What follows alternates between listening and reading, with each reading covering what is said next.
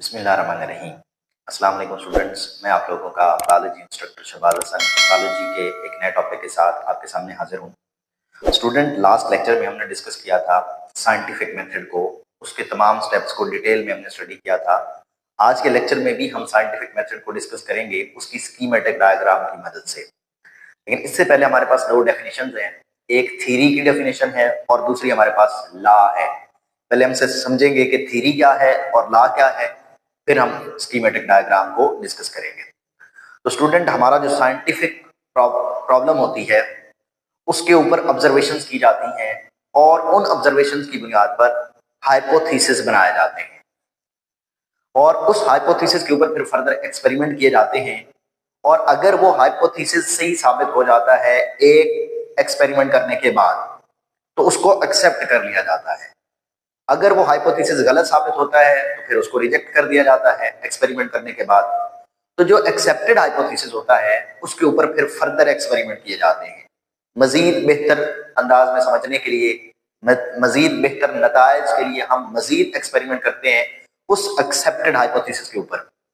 और फिर उस एक्सेप्टेड हाइपोथेसिस के ऊपर मजीद एक्सपेरिमेंट करने के बाद भी अगर वो हाइपोथेसिस सही साबित हो जाता है तो फिर वो जो हाइपोथेसिस होता है उसको हम कहते हैं कि वो थ्योरी बन गया है। समझ आ रही है बात की कि if a hypothesis is tested again and again, अगर एक हाइपोथेसिस के ऊपर आप बार बार एक्सपेरिमेंट करें, बार बार टेस्ट करें and it is never rejected, और वो गलत साबित कभी भी ना हो, then it becomes a theory. तो फिर वो क्या बन जाता है जी? थ्योरी बन जाता है। इसकी एक और डेफिनेशन भी आप लिख सकते हैं कि it is a series of hypothesis supported by the results of many experiments। ठीक है, दोनों में से जो आप लिखना चाह रहे हो लिख सकते हैं। It is a series of hypothesis, समझ आ रही है बात की, जिसको सपोर्ट कर रहे होते हैं। कौन सी चीज सपोर्ट कर रही होती है जी? Supported by results of many tests, supported by results of many tests, या जिसको आप क्या कह सकते हैं, एक्सपेरिमेंट्स। कि बहुत सारे एक्सपेरिमेंट करने के बाद भी वो सही साबित हो जाए तो फिर हम कहते हैं कि वो हाइपोथेसिस जो है वो अब थ्योरी बन चुका है।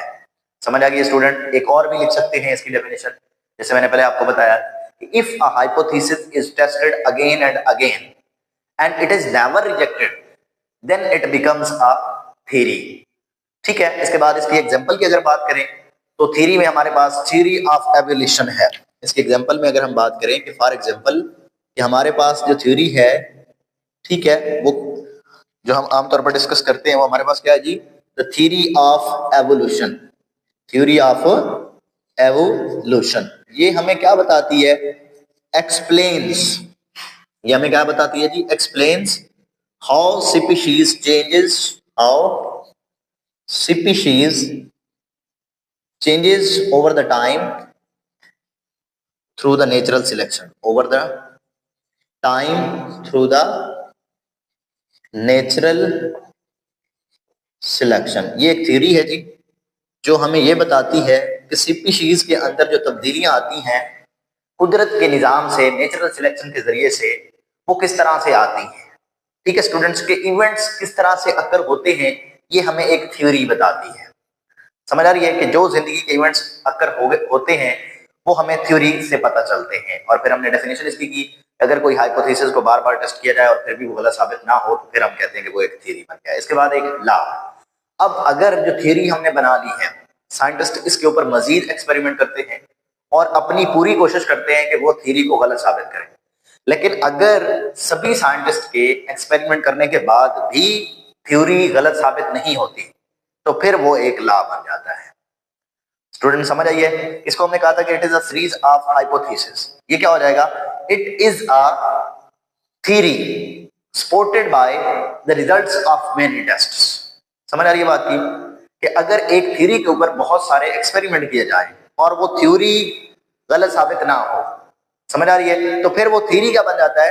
लॉ बन जाता है। ठीक है, कि if a theory is tested again and again, if a theory is tested again and again, कि बार बार again and again, and it is never proven wrong, and it is never rejected या proven wrong। और अगर ये गलत साबित नहीं होती, ठीक है, एक जो थ्योरी बनी थी उसके ऊपर बहुत सारे एक्सपेरिमेंट किए साइंटिस्ट ने, मुख्तलिफ रिसर्चर्स ने एक्सपेरिमेंट किए, फिर भी वही रिजल्ट आया जो पहले इस थ्योरी का था, तो फिर ये थ्योरी क्या बन जाती है, then it becomes a law, then it becomes, फिर ये क्या बन जाता है जी, बिकम्स अ लॉ, या इसी को आप क्या कहते हैं जी, आर प्रिंसिपल। समझ आ रही है? दोनों में फर्क मैं आपको दोबारा से बता देता हूं, ठीक है, इसका मुकम्मल कर लें फिर इसके बाद समझाता हूं। If a theory is tested again and again and it is never proven wrong, कि एक थ्योरी को आप बार-बार टेस्ट करें और वो गलत साबित ना हो, then it becomes a law और अ प्रिंसिपल। ठीक है, इसकी एग्जांपल में अगर हम बात करें तो यहां पर हमारे पास जो मेंशन्ड है वो है जी Hardy Weinberg law and Mendel law of inheritance.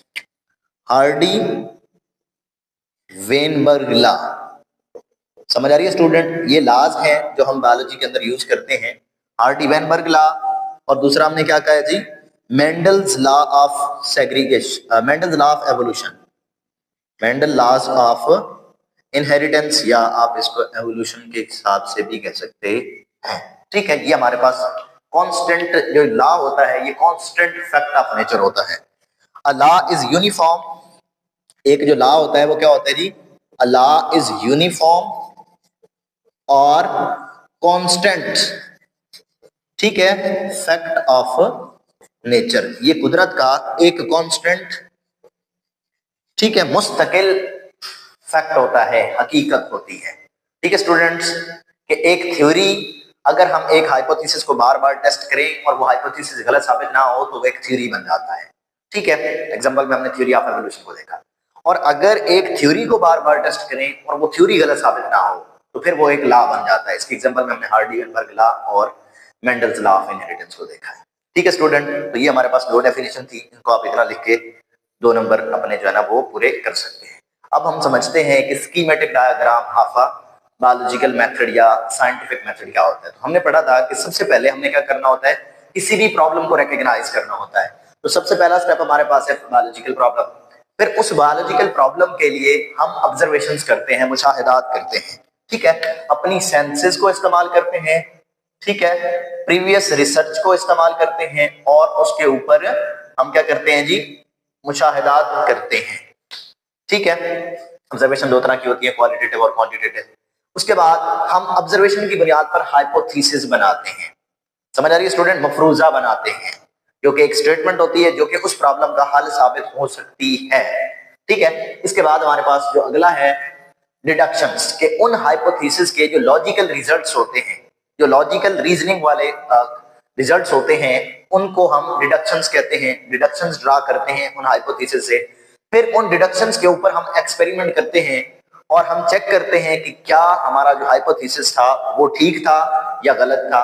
और अगर यहाँ पर जो डिडक्शंस है और एक्सपेरिमेंट में हमने 2 ग्रुप पढ़े थे, कि एक को हमने कहा था कि कंट्रोल ग्रुप होता है और एक को हमने क्या कहा था जी, एक्सपेरिमेंटल ग्रुप होता है। ठीक है, इनकी बुनियाद पर हम उनकी स्टडी करते हैं, और फिर अगर इस इन एक्सपेरिमेंट करने के बाद वो हाइपोथेसिस ठीक साबित होता है तो फिर हम फर्दर उस, मतलब हमने एक्सपेरिमेंट किया और उसका जो रिजल्ट आया वो ठीक साबित हुआ, तो फिर तो हम उसको फर्दर प्रोसीड कर देते हैं रिपोर्टिंग के लिए। लेकिन अगर हमने एक्सपेरिमेंट किया और उसका रिजल्ट वो नहीं आता है जो हमने हाइपोथेसिस बनाया था, तो फिर हम दोबारा से ऑब्जर्वेशन की बुनियाद पर हाइपोथेसिस एक नया बनाएंगे।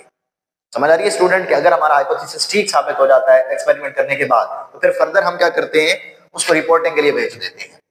ठीक है, और अगर एक्सपेरिमेंट करने के बाद, ठीक है, इफ प्रूव्ड, अगर तो ये साबित हो जाए ये सही था हाइपोथेसिस, तो फिर हम उसको फर्दर रिपोर्टिंग के लिए भेज देते हैं। लेकिन अगर इफ नॉट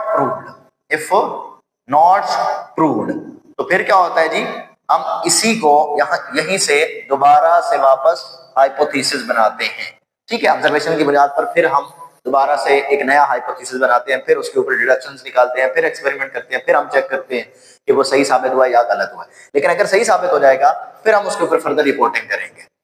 ठीक है, अपने साइंटिफिक जर्नल्स के अंदर रिपोर्टिंग करेंगे, बुक्स के जरिए से रिपोर्टिंग करेंगे, ठीक है, सेमिनार्स, मीटिंग्स के अंदर रिपोर्टिंग करेंगे जो भी हमने एक्सपेरिमेंट से रिजल्ट निकाले हैं, ठीक है।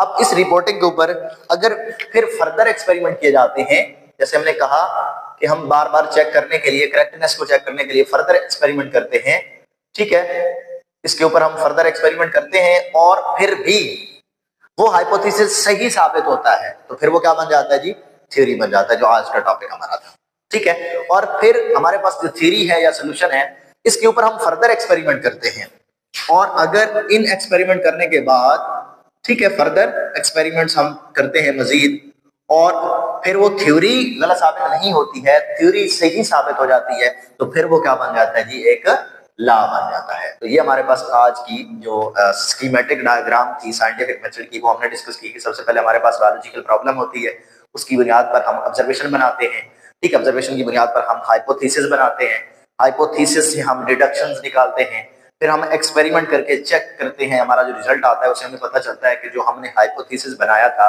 आया कि वो ठीक था या गलत था। अगर वो हाइपोथेसिस ठीक होता है तो फिर हम उसको फर्दर रिपोर्टिंग के लिए भेज देते हैं और अगर हमारा हाइपोथेसिस गलत साबित होता है तो हम फिर दोबारा से ऑब्जर्वेशन की बुनियाद पर एक नया हाइपोथेसिस बनाते हैं और फिर सारा प्रोसेस इस तरह से कंप्लीट होता है, ठीक है। रिपोर्टिंग के बाद अगर हम मजीद उसको करेक्टनेस चेक करना चाहते हैं तो फिर मजीद साइंटिस्ट उसके ऊपर एक्सपेरिमेंट करते हैं और अगर वो गलत साबित नहीं होता है हाइपोथेसिस, तो फिर वो एक थ्योरी बन जाता है।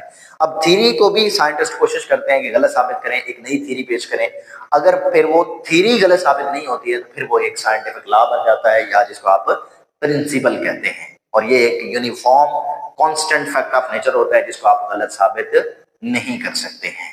तो स्टूडेंट, आज का हमारा यही टॉपिक था। मैं उम्मीद करता हूं कि आपको मैं समझा पाया हूँगा। आपका कोई भी क्वेश्चन हो आप वो कमेंट बॉक्स में पूछ सकते हैं। अल्लाह हाफिज।